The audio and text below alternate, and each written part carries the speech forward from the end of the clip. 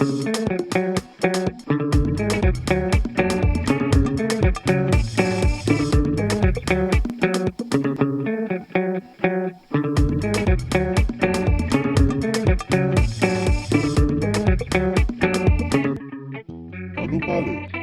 everyone, welcome to Nou Palé, a show that's dedicated to educate, uplift, and connect to all minorities from the Haitian diaspora's point of view. And for today, we have a special guest. His name is STEVEN BABOUN. Steven, how are you doing? Good. I'm so happy to be with you guys. Thank you so much for the invite. I appreciate it. Of course. Thank you for coming. And of course, as you know, my name is Richardson, and I'm going to be your host for today. And our topic for today is Haitian identity. And I thought that STEVEN BABOUN, being a wonderful and amazing photographer and activist for Haitian art and freedom of speech, just being human, really, I thought it'd be a great idea to bring him into the show and to just ask him some questions about being Haitian and not being your stereotypical Haitian. So, Steven, how about maybe you give us a little introduction? Tell us a little bit about yourself, your photography, being Haitian, and, just so we can get to know you a little bit. For sure. Okay, sorry about that.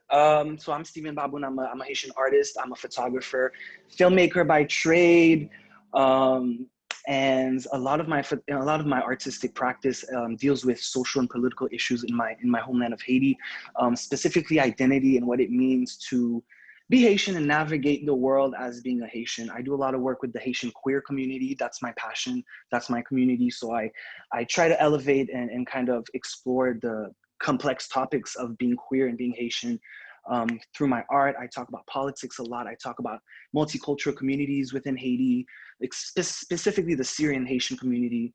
I talk about religion like Voodoo and Islam, which are kind of religions that are unfortunately persecuted in Haiti because, Haiti is like mostly Catholic. And if you deviate from anything that's normal, you're weird or you're unaccepted. Okay, Steven, that's a good point that you bring up about being. So, are you in part Syrian? Yes. So I don't like to say I'm part something. I'm fully Haitian. I'm fully Syrian. I embody both. I'm part of both. But my grandparents from my mom's side immigrated to Haiti in the 1950s, and so that's how my Syrian cultural heritage is attached to me. A lot of people don't even know that, actually, that a lot of people migrate from like Syria or from the Philippines or from Korea to Haiti or from Cuba to Haiti. Exactly. And I want to say that I can talk about the Arab migration in the 19th century. There was a huge influx of Palestinian and Lebanese people that came.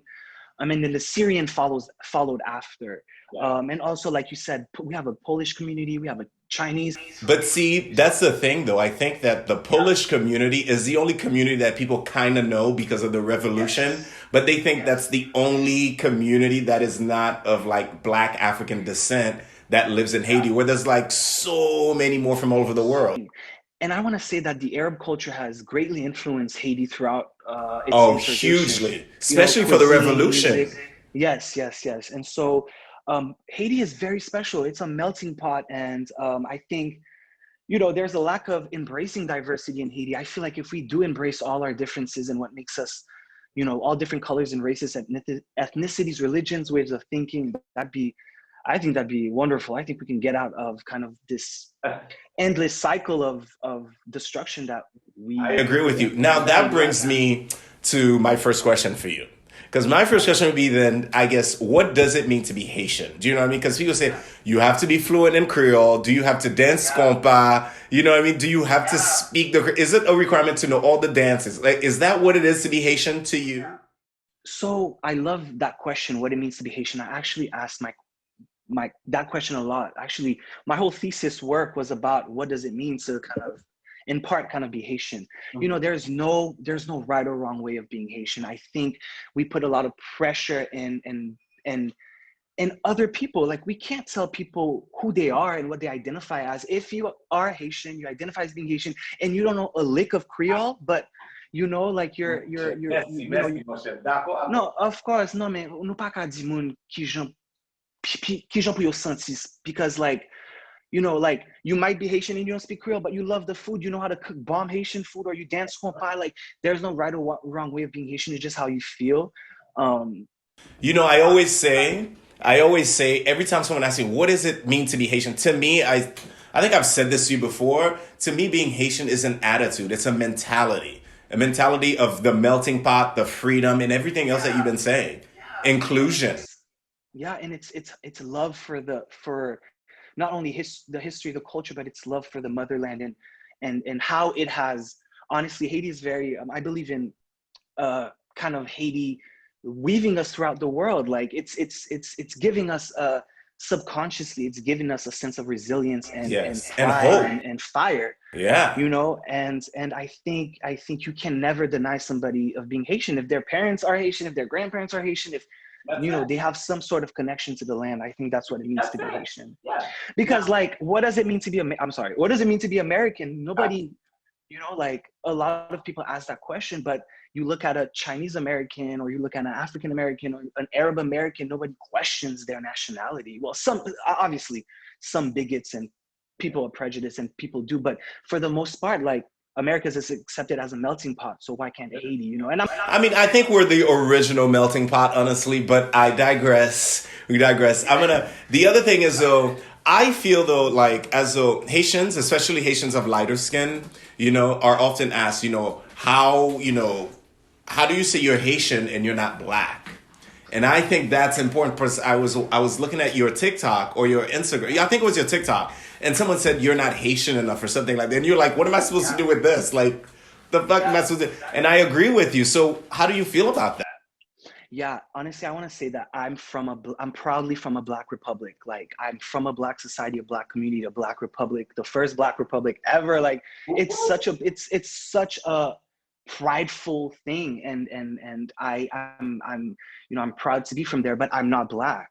Yeah. But so it's like you are in between this kind of like space. Like, you are so proud to be Haitian, but people don't see you because they automatically, okay, you're not Haitian because you have to look a certain way. But wait, though, the thing about it is, though, if we all really think about it, Haiti was never a place of black people. It had, yeah, the Tainos and the Indians, yeah. So I mean, people. So we're all immigrants of the island, honestly. Exactly. It just so happens that there are more dark-skinned Haitians than there are others, for many reasons that we're not going to get into right now. But I mean, everyone just needs to chill, I think. Do you know what I mean? So I feel like Haitians are really prideful people. So like, yes, we are. If you proclaim yourself as Haitian, you have to really prove that you're Haitian. You know what I'm saying? So it's like, I think people need. And it's not just saying, sac passé, not boule. You know what I mean? Right. No. And it's like, even like, it's unfortunate, but even like when the diaspora, some diaspora, my friends that come to Haiti that are Black, come to Haiti, they native Haitians, like people in the island, call them blanc. They call them like foreigners. That's right. So it's like, I think we have a huge identity crisis within the country, and that's another issue. But yeah, it's an interesting topic. Yeah.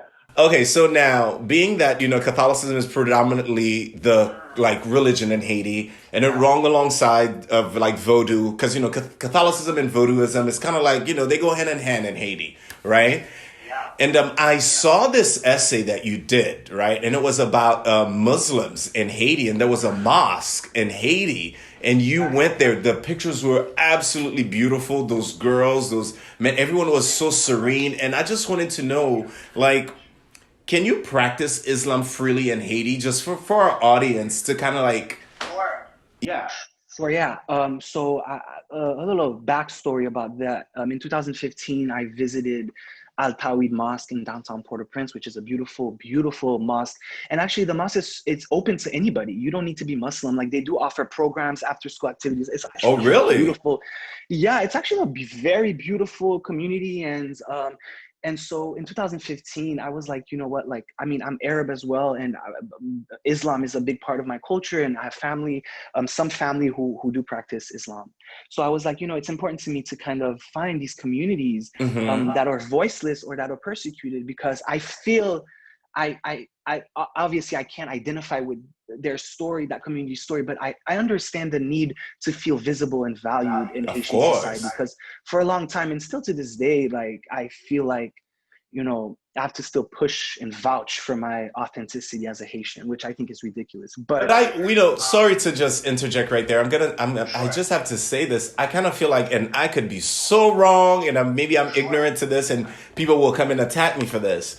But I do feel that I think there was a time where predominantly a lot of people that were migrating over were people they were less educated, they had less knowledge about being Haitian, the culture, and what we've done in the history.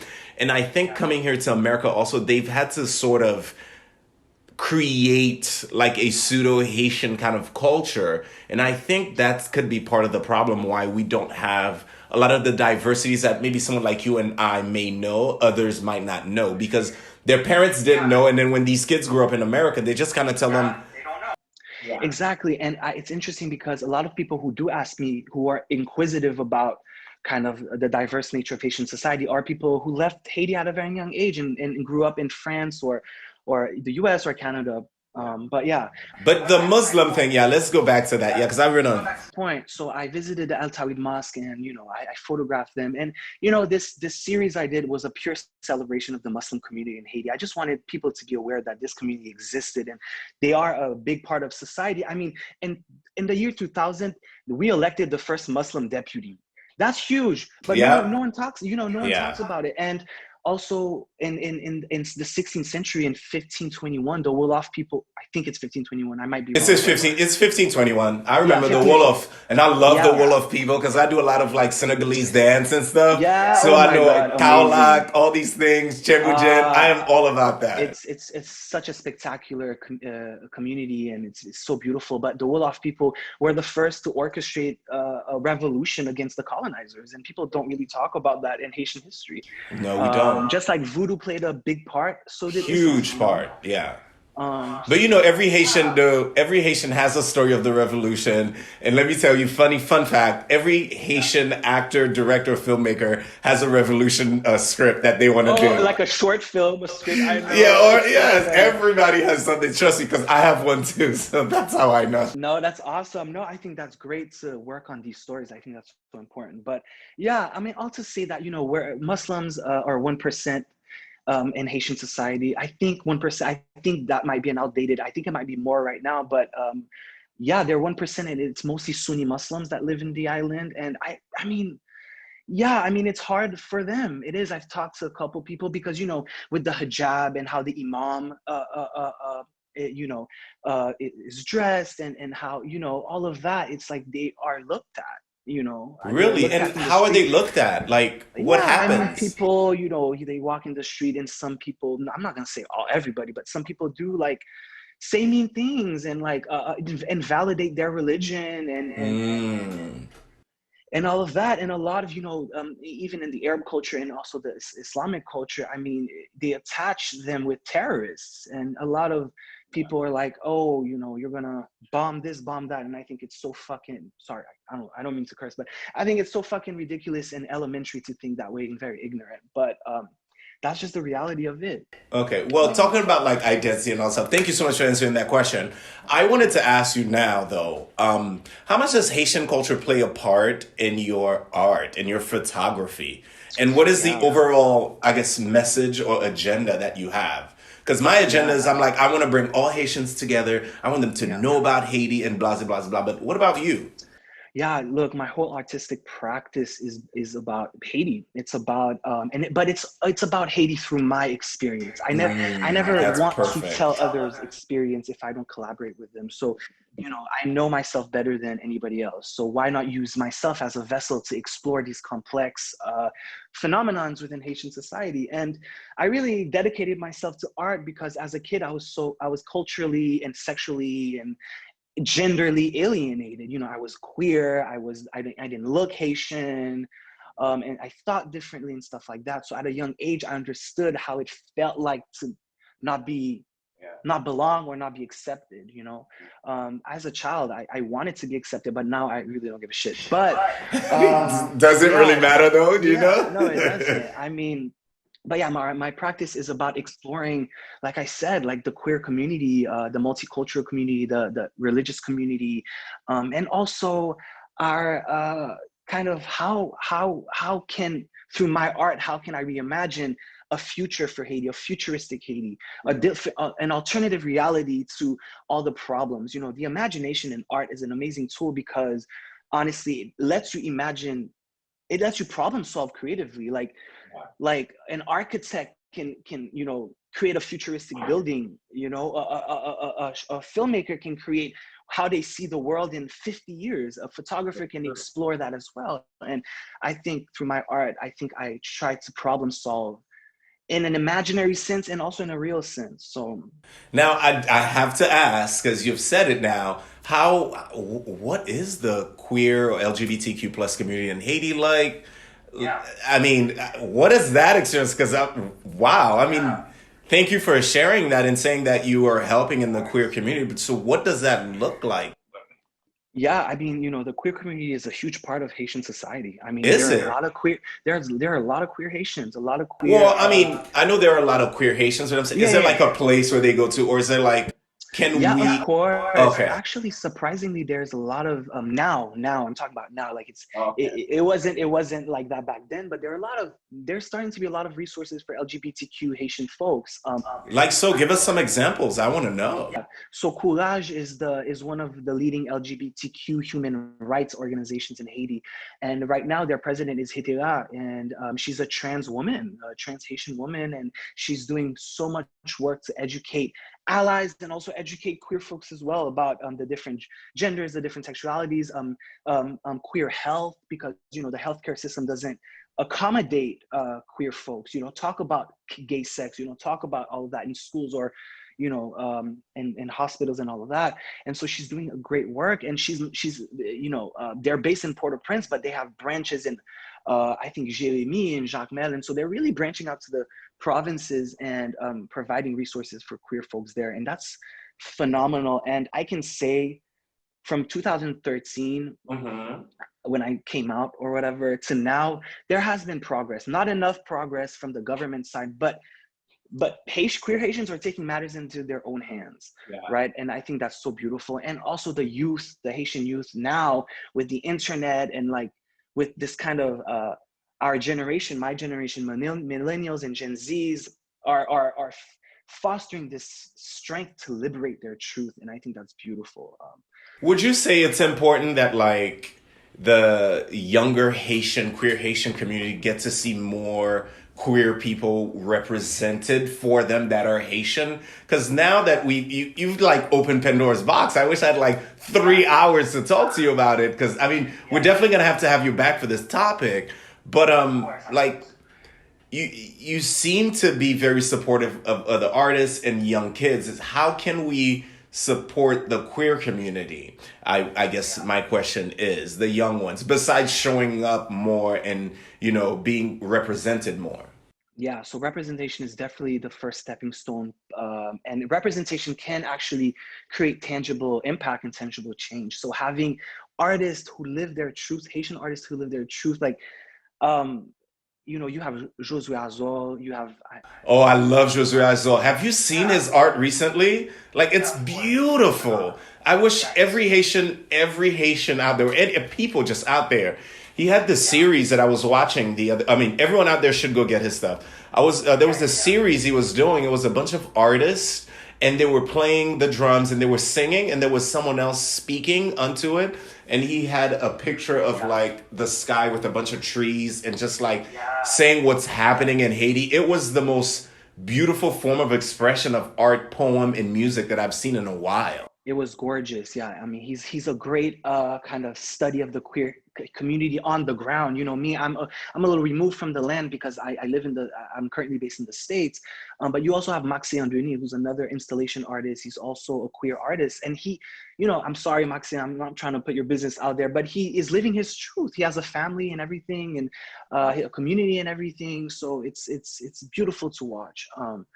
But yeah, I think how you can support is honestly donate to organizations on the ground and also be practice and preach tolerance, you know, like Well, how do you practice and teach tolerance in a community like ours? You know, it's not exactly the easiest, you know, for people to see, you know, if someone doesn't want them, you know, and they just walk off and it's kind of like, there's this whole thing. So how can we, where do we cultivate that kind of compassion, I guess, to really educate and to be there and have the patience? So for a long time, I was angry at Haitian society for spitting in my face because of my sexual orientation. Now, are you saying actual spitting in your face or? Okay. I just want to make sure. But I have had people actually spit in my face, but I hope not for that. For whatever reason.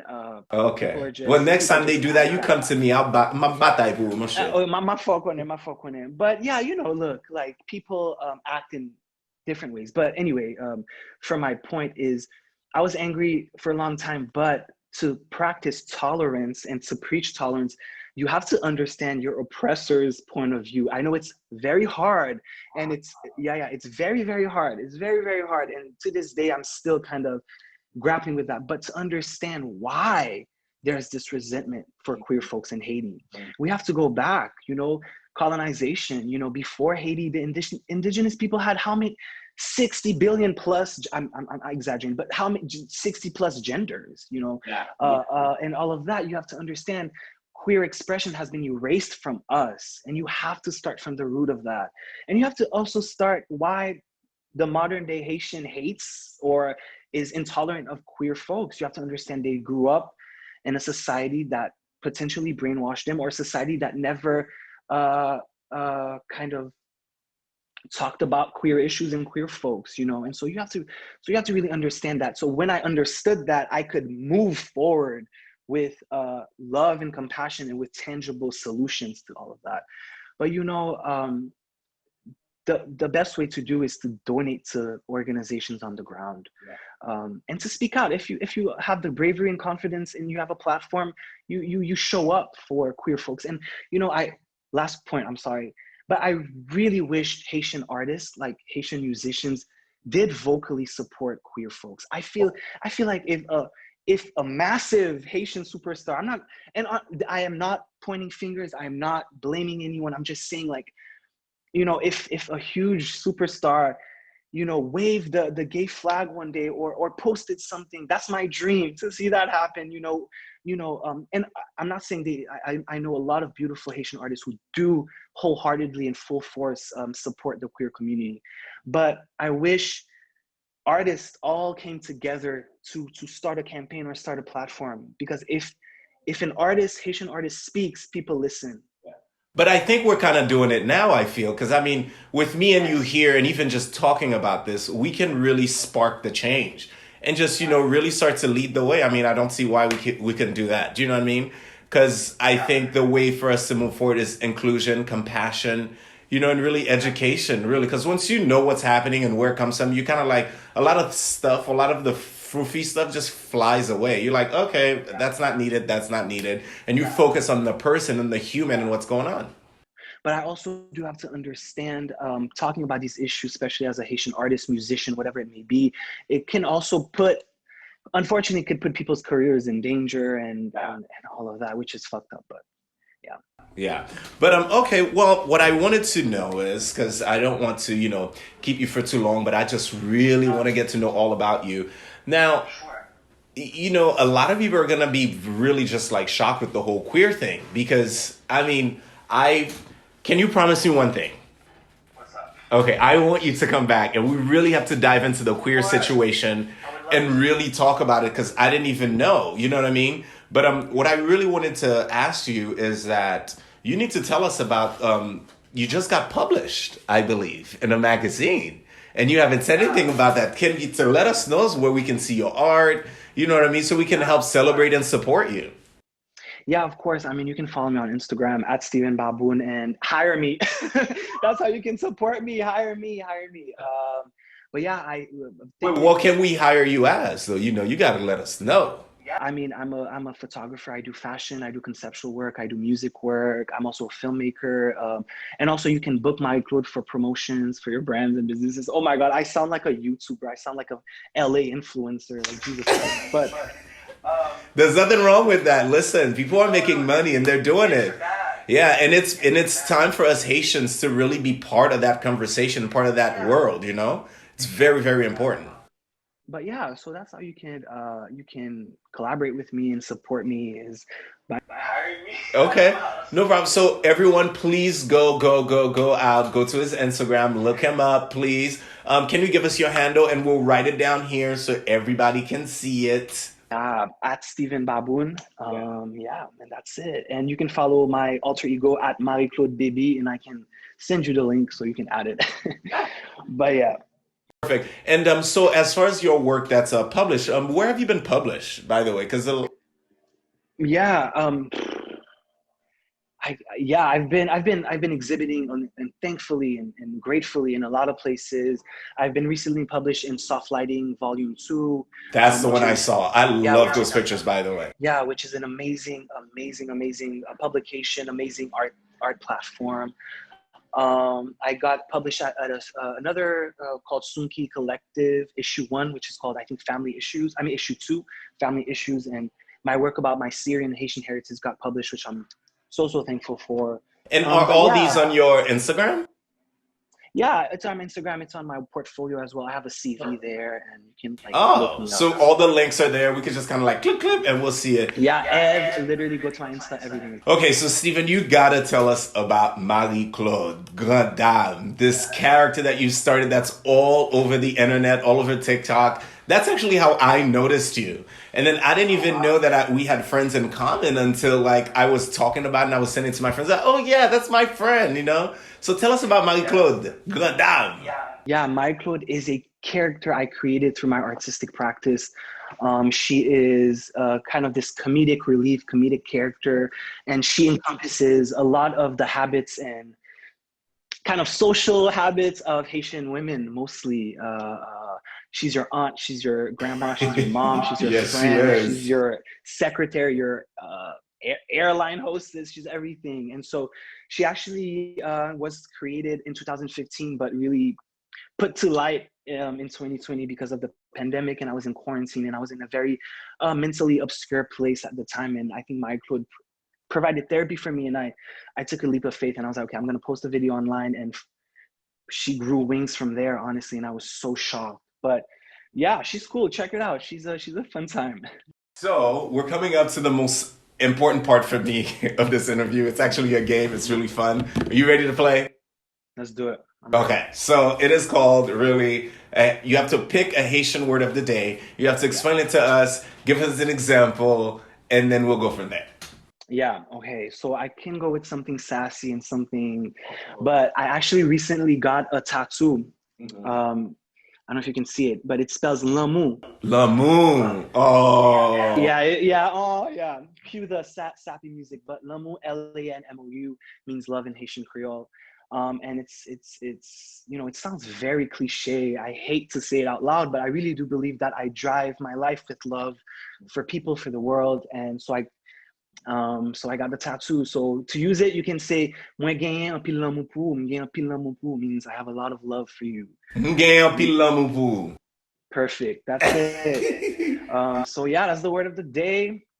Okay, woo woo. Word of the day, everyone, is Lamu. That is Lanmou, Lamu. I feel like it sounds like that song. Doudou, c'est où, doudou, c'est ti cœur, moi, oudou, c'est où qui va de l'amour. Something like, I think that's how, caresser, doudou, fais sentir, oula. You see, I got some little vocals. I love it. And Lamu also can be very sexual and sensual. Oh. Yeah. So it has a very interesting connotation and diversity in it. So it's beautiful. Okay, perfect. So I wanted to know, just to leave off, I want to say thank you very much, but to leave off, what can the normal, everyday Haitian person, man, woman, or young person do to support pushing forward Haitian identity from your point of view? Like, what can we do on a very basic level? Sure. Honestly, tolerance and understanding that it's okay to have Haitian siblings, Haitian brothers and sisters that are different from you. Honestly, if everybody was the same or thought the same or rejected differences, like nothing would move. You need different perspectives. You need different cooks in the kitchen, you know, to kind of to give that flavor. I mean, you need different, you know what I'm saying?